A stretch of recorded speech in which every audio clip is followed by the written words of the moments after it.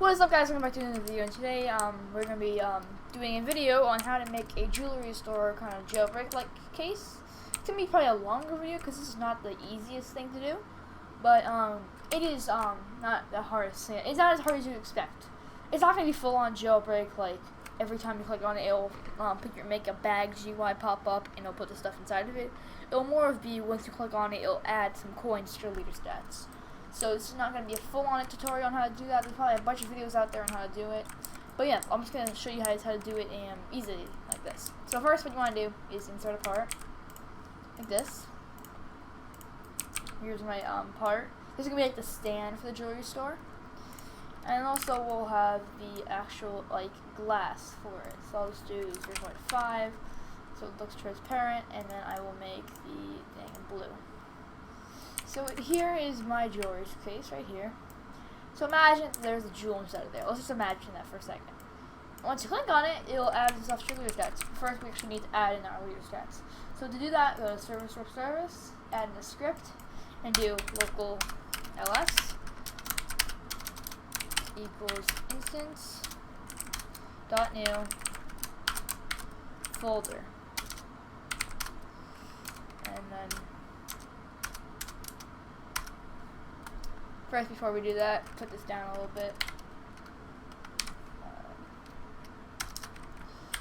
Do game dot players dot player added connect function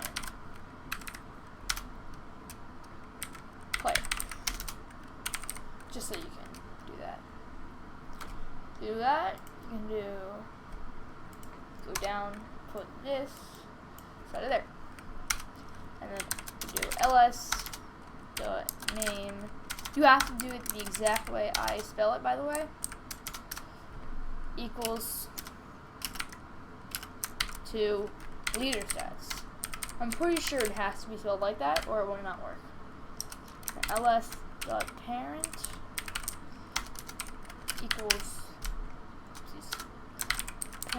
equals player, and then we'll do,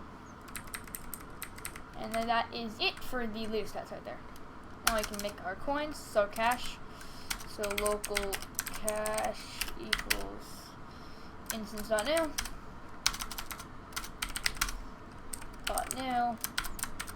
in value. You guys will know what this is if you go watch my previous how to make leader stats video on my channel.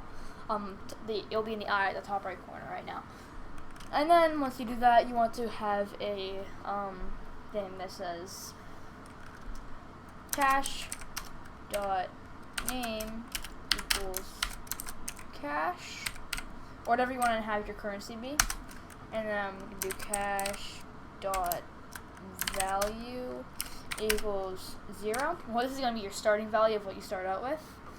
And then we're going to do cash dot parent equals ls. So now if we test this out, we should have a leaderboard, or leader stats, whatever you want to call it, in the top right. Yep, there we go, cash right there. There is our cash, and this is our leader stats. So I'm just going to name this to ls. Just to make it look nice, I'll do it like so. That's for me. And then once we do that, we want to add in a script. Name this part to case. I'm gonna name that the case, and add in a click detector into it. If you guys don't know what I'm adding all this stuff into, it's this one right here, the case of the jewelry case, or the jewelry thing, whatever you want to call it. Add in a click detector to it, and then we want to add in a script. We go to the script dot parent dot click detector. Come on, click detector. And then dot mouse click connect function. Then we want to do so now we're gonna make it so you will actually add your stuff to it. And by the way, in this brackets you want to put player. So then you want to do game dot players dot local player dot leader stats dot coins, or I need cash, and then dot value equals, you can just copy and paste this first line, or this line right here, equals to this, but we're just gonna add, let's say it will give us like plus 10. I'll do plus 10. So now it's gonna give us 10 cash. And then we can also just add some more detail to it, so it'll make a sound. So we can go to the toolbox, go to audio, and then let's look up glass breaking. So now once we have that, and too long, that could work. So I'll do that and put it inside of the case, or you can put whatever you want. I'm gonna put it inside the case so I know where to reference it from. And we can do game dot players dot. Actually, no, we can actually just make this a lot quicker by explaining script dot parent dot what's it called? Glass break. It'll put it in because since there's a space inside of it, it'll put it inside these square brackets and then a in quotation marks like that, and then comma play like that. So now once you click it, it will play the sound, and for how long it would be like it's 1 second. So for me, you can do whatever sound you want, and then we're gonna do script dot parent dot transparency equals 1. This will make it so it goes away, and then we're also going to do the same for can collide dot can collide equals false. And then we're going to add a wait, so after like 2 seconds it'll come back, or after 3 seconds, so wait 3 seconds. And then do the exact same thing. I'm just going to do a little copy paste, and then change it to 0 and 1. I mean, true. Like that. So basically, that is our script. So now, we just anchor this so it doesn't fall over. Play. Just play here to be spawned right next to it. Now, click on it. Index nothing with leader stats. Oh, so we got an error in the it's an attempt to index nothing with leader stats. And let me try to find out why this is happening. Oh my guys, I found out why. So completely forgot that you have to do use the player. So player.cache. You don't do game.players.localPlayer. You just want to do player. So what it will do, it will get the player, and then you don't have to go with game.players or else it won't work. You have to do the player parameter that we put right there. So now if you play again, this should work this time. Sorry about the confusion right there. Click on it. What the? Player.cache.value. Oh, I forgot. I'm really messing up today. We want to do leader stats.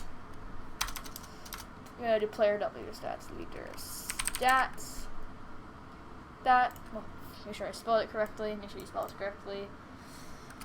And yeah. So now, please, okay. That was a lot of confusion right there. Just missed a few steps on what I'm going to be doing. Now, see, it works. It gave us 10 cash. It'll wait 3 seconds. It'll come back. You get 20 cash. And plays the sound as well. There we go. And then you get 40. And also, guys, you can actually see, you can click on it multiple times. I'm going to show you guys how to disable that right now. If you guys want to disable that, if you don't want to disable that, you can click off this video right now. See you guys next time if you are going to that, but I'm just going to be showing you guys how to do it right now. So then once we click on it, before we do anything, let's just disable the click detector. Well, so technically, if you go to the click detector properties, there actually is no disable, but there is something called max activation distance. And what this is basically when you go close to it. That's how close to it you have to be close to it to be able to click on it. It may sound confusing at first, but you guys will know what I mean when I do this. So then you guys want to go script.parent.clickDetector again .max activation distance equals 0. So now you just can't activate it. And after the wait 3 seconds, let's do the exact same thing. Just let's make it 32 again. Oh, jeez. Put it under there. Equals 32. Okay, so now this should work. The script will run once we do it. Click on it. There's a tab, but now you see we can't click on it anymore. But when it comes back, we can. This is just a way so people can't just spam like randomly. Now they can only do that. And guys, this is how you make a jewelry case in Roblox Studio. If you guys did enjoy this and it really did help you out, then make sure to like and subscribe, and I'll see you guys next time. Bye.